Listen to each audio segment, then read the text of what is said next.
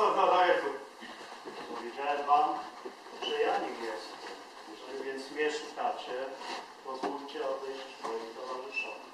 Brać go! Szliście jak na zbójce, zjawy wieczamy, jak mnie pojmać.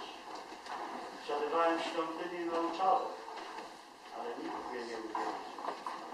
Widzicie, że stało się to dlatego, aby w oznaczonym czasie i miejscu wypełniły się słowa proroka. Wiązać go!